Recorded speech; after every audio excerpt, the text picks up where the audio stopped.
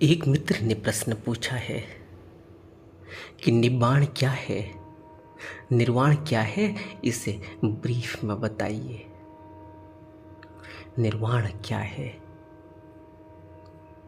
बुद्ध एक जगह कहते हैं, मीठे फल के रंग और मिठास के बारे में कितनी ही बातें कर ले, गुणगान कर ले, लेकिन जब तक वो स्वयं उसे नहीं चखेगा, उस मिठास का अनुभव नहीं करेगा, तो सारा कहना व्यर्थ है।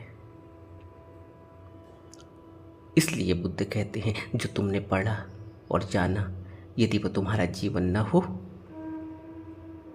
तुम्हारे जीने और तुम्हारे जानने में अगर फर्क हो, तब तक तुम भटकते ही रहोगे। किताब या धर्म ग्रंथ कंठ में नहीं बल्कि हृदय में हो, मन में हो। इसीलिए बुद्ध की यह गाथा बहुत ही महत्वपूर्ण है। बहु पी चे संहितं भासमानो, न तक करो होती नरो पमत्त। गोपो वो गावो गणयं परेश, न भागवा सामंजस्य होती। बहु पी चे संहितं भासमानो, न तक करो होती नरोपमत्त। जब तक वह पढ़ना, वह जानना हमारे जीवन का अंग न हो, हमने उसका अनुभव न कर लिया हो, हमारे जीने और हमारे जानने में फर्क न हो, तब तक हम भटकते ही रहेंगे। यह बुद्ध की गाथा, यह बुद्ध के सूत्र बहुत महत्वपूर्ण है इस प्रश्न के उत्तर में कि निर्वाण क्या है, इसको ब्रीफ में बताइए। निर्वाण को बताया नहीं जा सकता, निर्वाण को तो जिया जाता है, निर्वाण का तब अनुभव किया जाता है।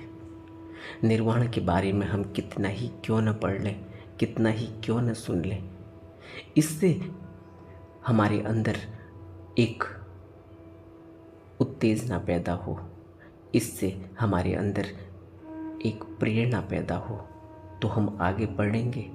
लेकिन यह हमारा अनुभव होना चाहिए। पढ़ना भी ठीक है, सुनना भी ठीक है, लेकिन खाली पढ़ने और सुनने से निर्वाण नहीं मिलने वाला, क्योंकि निर्वाण तो जीने की कला होनी चाहिए, निर्वाण तो जीवन में उतर जाना चाहिए, निर्वाण तो बस जाना चाहिए हृदय में। निर्वाण हमारा आगे का रास्ता खोलता है, निर्वाण हमें महापरिनिर्वाण की तरफ ले जाता है। निर्वाण को हम कैसे समझेंगे? निर्वाण का अर्थ है मुक्त हो जाना, मुक्ति। और मुक्ति कहाँ से? मुक्ति की अगर बात आती है तो मुक्ति ऐसा नहीं है कि सीधे ही हो जाती है। मुक्ति तो शुरुआत होती है जब हम इस भवलोक में, बुद्ध ने जैसा कहा कि दुख आर्य सत्य है, दुख का समुदय है, दुख का निरोध किया जा सकता है, और दुख के निरोध का उपाय है दुख निरोध गामिनी प्रतिपदा, यानी आर्य अष्टांगिक मार्ग। शुरुआत होती है कि दुख आर्य सत्य है, यह अपने अंदर बैठे, यह हमें अच्छे से समझ में आए, यहाँ भवलोक में जीवन को जीकर, जीवन को समझकर यह पता चले कि दुख है, दुख ही है। और जब दुख है का पता चलेगा तो दूसरी बात पता चलेगी कि यह सब कुछ ही अनित्य है, यह पूरा संसार अनित्य है, बदलता रहता है, इसकी कोई असलियत नहीं। जब तक हमें अनित्यता का एहसास न हो, तब तक हमें दुख का पता भी नहीं चलेगा। दुख है और अनित्य है जगत, यह दोनों ही बातें एक दूसरे के पूरक हैं। अनित्य है जगत, यह पता चले तो दुख का पता चलेगा, और अगर दुख है तो फिर अनित्यता का पता भी चलेगा। यह दोनों ही बातें जुड़ी हुई हैं। और फिर बात आती है अनात्म कि यहाँ कुछ भी ऐसा नहीं जो मैं कहने जैसा है, यहाँ कुछ भी ऐसा नहीं है जिसमें कोई आइडेंटिटी बनाई जा सकती है।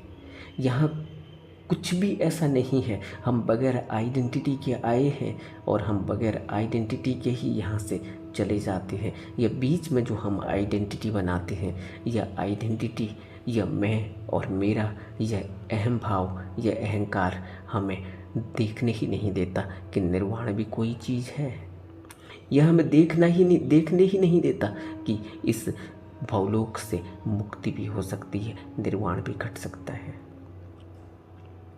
निर्वाण को जानने के लिए, मुक्ति को जानने के लिए हमें मुक्त होने के उपाय खोजने होंगे। हमें मुक्त कहाँ से होना है? पहले तो अपना कारागृह दिखना चाहिए।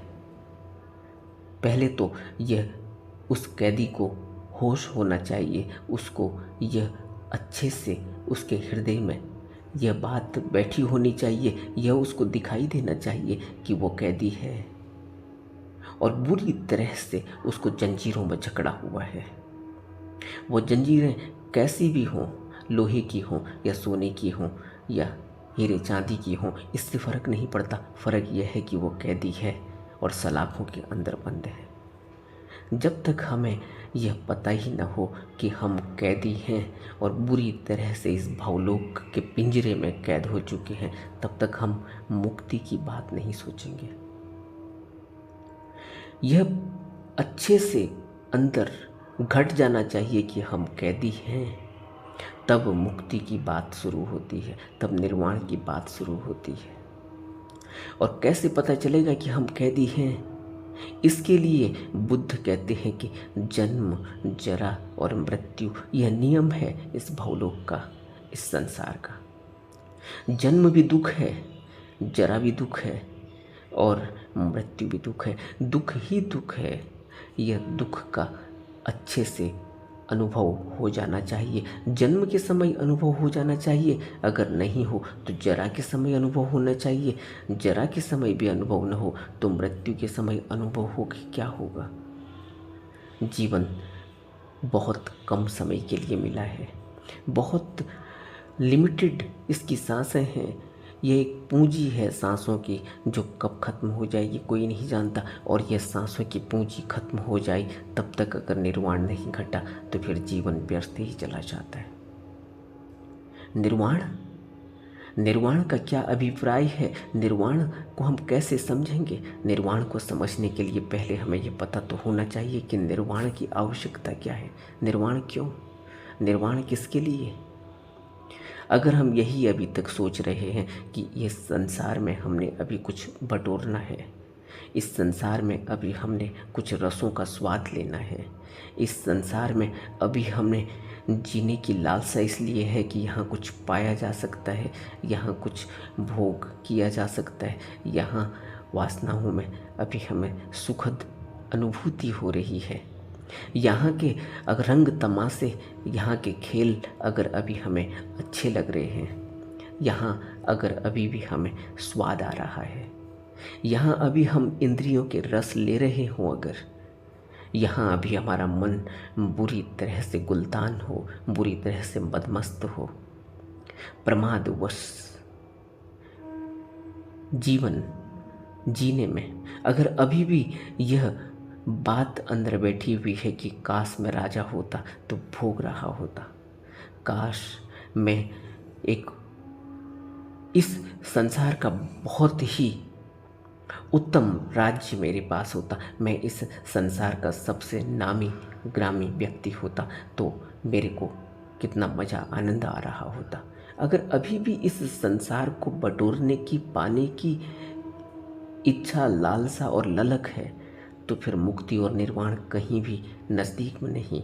यह बात अच्छे से हृदय में बैठानी चाहिए। और निर्वाण के लिए जन्म, जरा और मृत्यु का गहरे में अंदर सम्यक दृष्टि घटित हो जानी चाहिए। निर्वाण के लिए बुद्ध के बताए हुए शील के नियमों पर हम चल रहे हों अगर, तो निर्वाण के रास्ते में हम आगे को बढ़ने की कोशिश कर रहे हैं, प्रयास कर रहे हैं। निर्वाण क्या है? निर्वाण है सील के नियमों का पालन। निर्वाण है कि इस भवलोक से मुक्त होना है। मैं कैद हूँ, मैं एक पिंजड़े में कैद हूँ, भवलोक रूपी पिंजड़े में। निर्वाण है जब मुझे यह पता चले कि मुझे अब इस संसार में कोई रस नहीं। निर्वाण है अगर मुझे यह पता चले कि मैं बहुत ही कम समय के लिए इस दुनिया में हूँ, इस पिंजरे में हूँ, इस शरीर रूपी पिंजरे में हूँ, इस चार महाभूत में मैं कैद हूँ, लेकिन बहुत ही कम समय के लिए और लिमिटेड सांसों की पूंजी लेकर आया हूँ, और उसी में मुझे मुक्ति चाहिए, निर्वाण चाहिए। तो फिर मैं निर्वाण के लिए प्रयास करता हूँ। निर्वाण है कि यह अच्छे से अविद्या को समझ लेना, अच्छे से अपनी अज्ञानता को समझ लेना, अच्छे से अपने संस्कारों को देख लेना, अच्छे से अपनी उस कॉन्शियसनेस को समझना कि यह कॉन्शियसनेस पैदा हुई है संस्कार से, यह कॉन्शियसनेस पैदा हुई है अविद्या से। यह समझ लेना चाहिए कि यह नाम रूप को मैं अच्छी तरह से अपने अंदर हृदय गम्य कर रहा हूँ। यह समझना चाहिए कि नाम और रूप से इस पूरे मेरे वजूद जो दिखाई दे रहा है, और वह जो मेरा वजूद दिखाई नहीं दे रहा है, जिसको मैं नाम कह रहा हूँ, यानी संस्कार, यानी संज्ञा, यानी विज्ञान, जब इन सब को मैं अच्छी तरह से समझता हूँ, इस नाम रूप को समझने के बाद अब मैं यहाँ से किसी सतगुरु की शरण, किसी बुद्ध के धर्मोपदेश, किसी धम्म के श्रवण से मेरे अंदर एक जिज्ञासा पैदा होती है कि मुझे निर्वाण की तरफ बढ़ना है, मुझे मुक्त होना है। बिना सत्संग के, बिना बुद्ध के उपदेशों के, बिना धर्मोपदेश से, बिना धम्म श्रवण से कोई भी यहाँ से बाहर नहीं निकल पाता, क्योंकि उसके अंदर यह भाव पैदा ही नहीं हो पाता कि मुक्ति की ज़रूरत है, निर्वाण की ज़रूरत है। निर्वाण और मुक्ति की ज़रूरत तब तक उसे पता ही नहीं चलती, क्योंकि बुद्ध के उपदेशों में इस संसार को, इस भवलोक को एक आवागमन का चक्र बताया गया है। इस आवागमन के चक्कर में बार बार आना और बार बार इस भवलोक में फंसे रहने का कारण है अज्ञानता, अविद्या। और जब हम अविद्या को समझते हैं तो उस पूरे 12 चक्रों को समझते हैं जो प्रतीत्य समुत्पाद के सिद्धांत की वजह से हमें इस भवलोक में कैद किए हुए हैं। तब हमें इस रूप में इंद्रियों का पता चलता है कि यहाँ 5 इंद्रियां और एक मन, जिससे हम इस भवलोक में रसों को भोग रहे हैं, रसों का स्वाद ले रहे हैं। 5 इंद्रियां जो बाहर की तरफ लगातार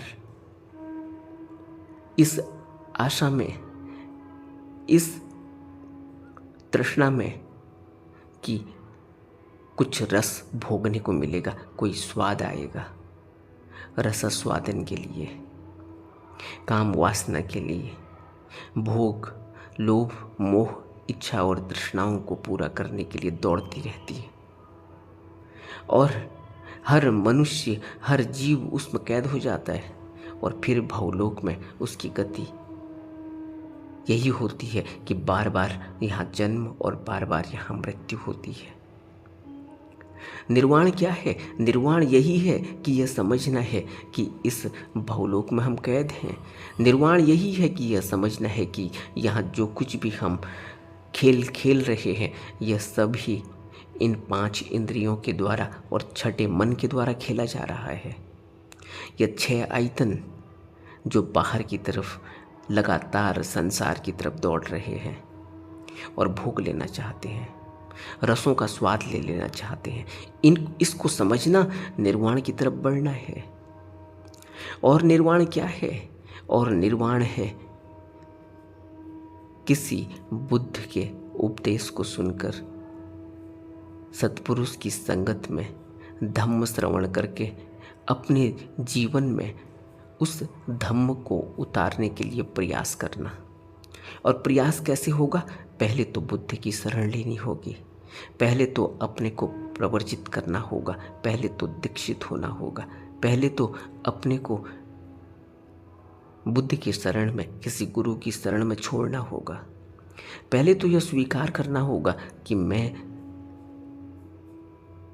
बुरी तरह से इस भवलोक में फंसा हुआ हूँ और मुझे कोई ऐसा मुक्तिदाता चाहिए जो खुद मुक्त हो। जो खुद मुक्त हो वही मुक्त कर सकता है। जो खुद ही मुक्त न हो वह दूसरे को मुक्त करेगा कैसे? इस बात को भी अच्छे से अपने अंदर गहरे में बैठा लेना चाहिए। और निर्वाण का अभिप्राय है कि इन सब बातों को हृदय गम्य करके किसी बुद्ध की शरण में जाकर दीक्षित होकर आर्य अष्टांगिक मार्ग का पालन करना, ताकि किसी भी प्रकार से अब इस संसार में हमारे पांव न जमे। आर्य अष्टांगिक मार्ग हमें बताता है कि जीवन जीने की कला क्या होनी चाहिए, सम्यक दृष्टि क्या है, सम्यक संकल्प क्या है। यह प्रज्ञा के दो भाग हैं। प्रज्ञा खुलती है बुद्ध की संगति से, प्रज्ञा खुलती है बुद्ध के धम्म श्रवण से, प्रज्ञा खुलती है उपदेशों से, सत्पुरुष की संगति से, सत्संग से।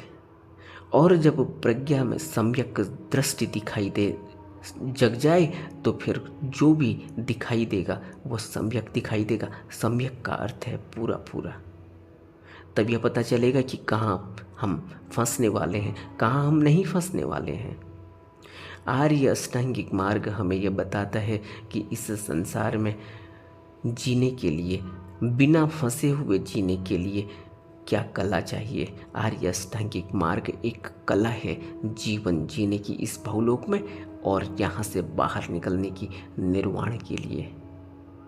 आर्य अष्टांगिक मार्ग हमें यह बताता है कि प्रज्ञा, सम्यक दृष्टि और सम्यक संकल्प के जरिए हम शील के नियमों का पालन करते हैं। सम्यक वाक, कितना बोलना है, क्या बोलना है, कहाँ बोलना है, कहाँ नहीं बोलना है।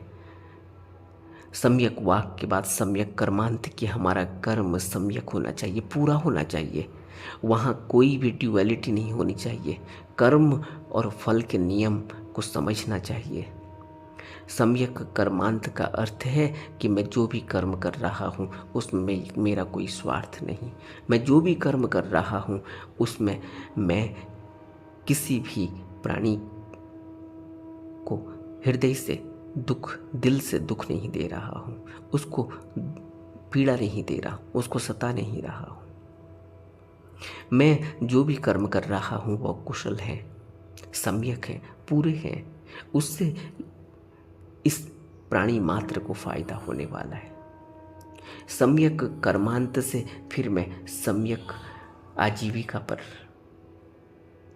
विचार करता हूँ कि सम्यक आजीविका की जीवन को जीना कैसे है, कितना खाना है, क्या खाना है, कैसे खाना है।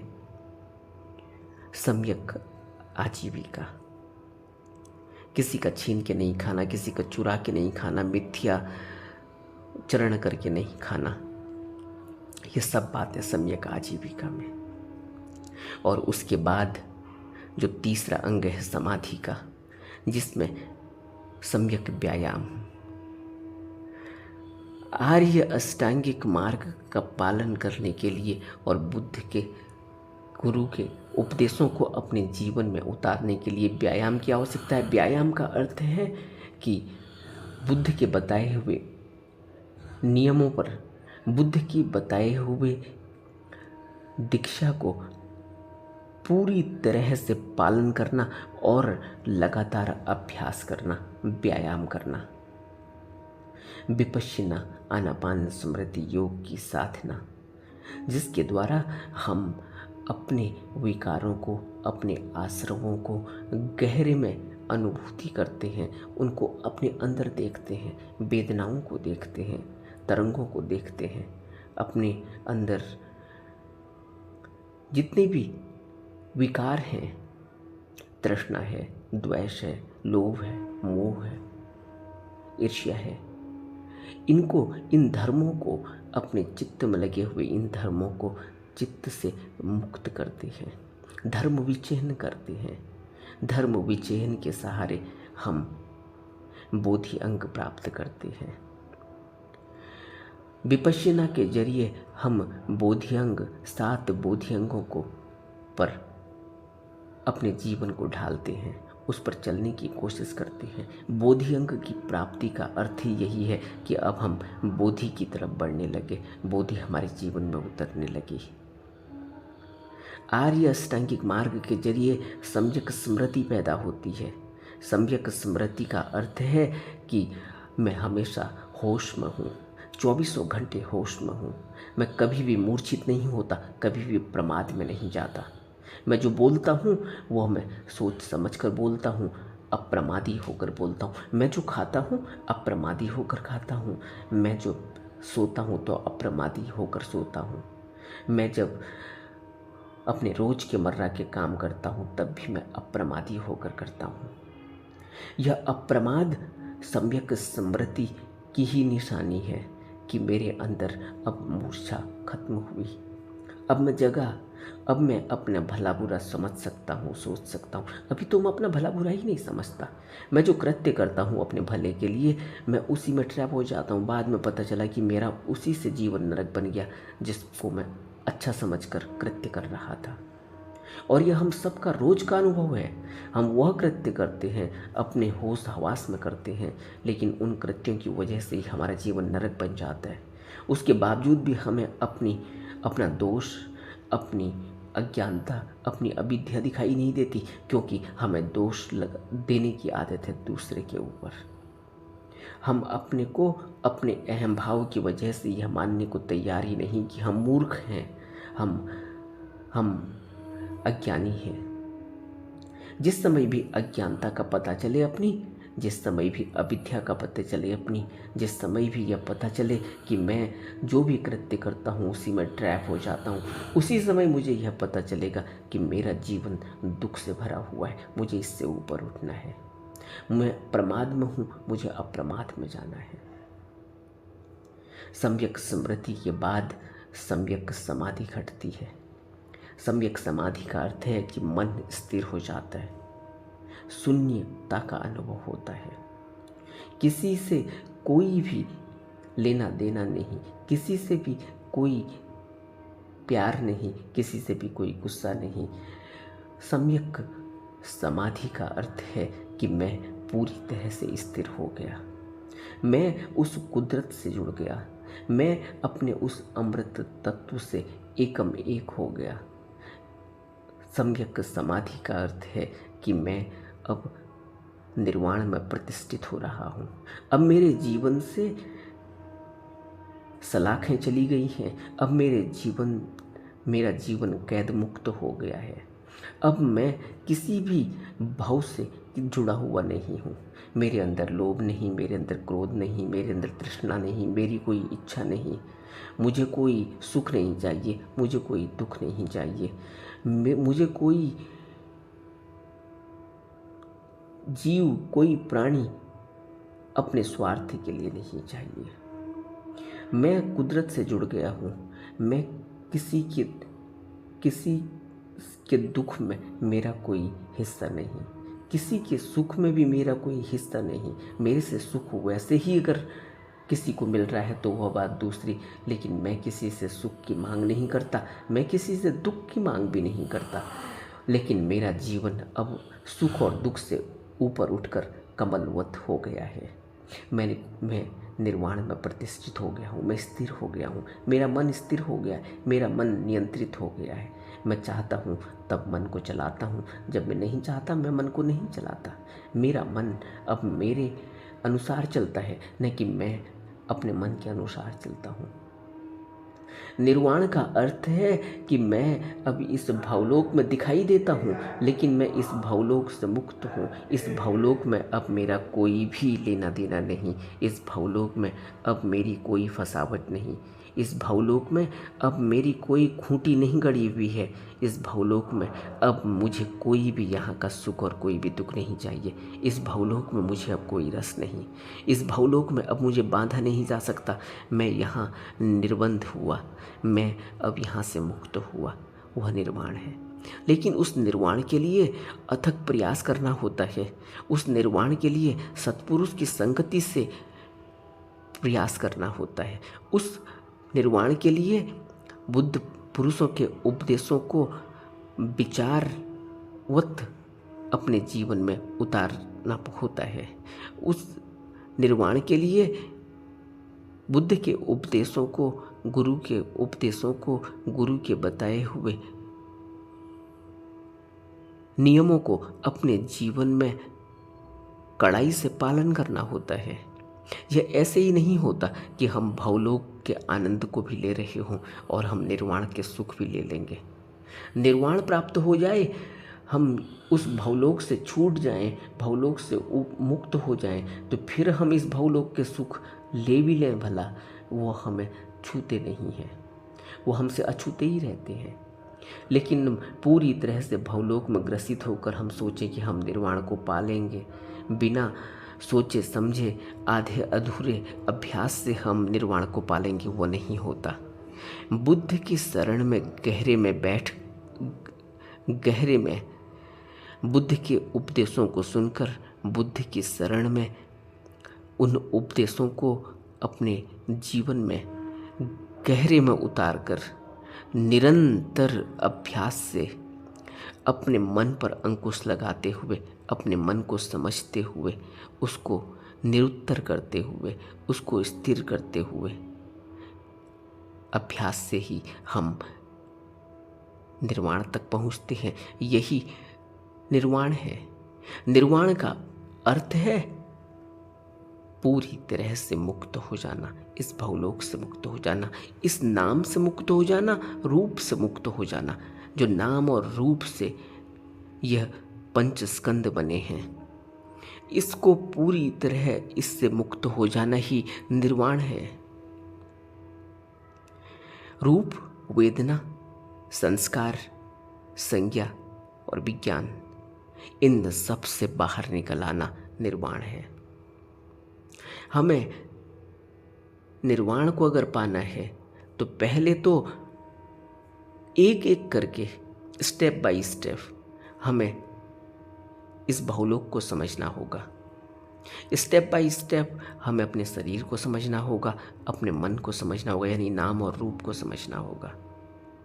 स्टेप बाय स्टेप हमें बुद्ध पुरुषों की संगति के मायने क्या हैं, बुद्ध पुरुषों के उपदेशों को जीवन में उतारने के लिए क्या करना होता है, सत्संगति की क्या ज़रूरत होती है, सत्पुरुष की संगति क्यों चाहिए, सद्धर्म का श्रवण क्यों चाहिए, गुरु तथाता शास्त्रा की ज़रूरत क्या है, इसको अच्छे से समझना होगा स्टेप बाय स्टेप।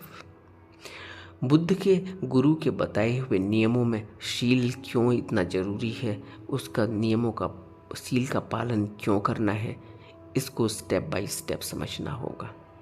इस संसार को, गृहस्थ से बाहर को, अपने पूरी फंसावट को, अपने पूरे बंधन को अच्छे से समझना होगा।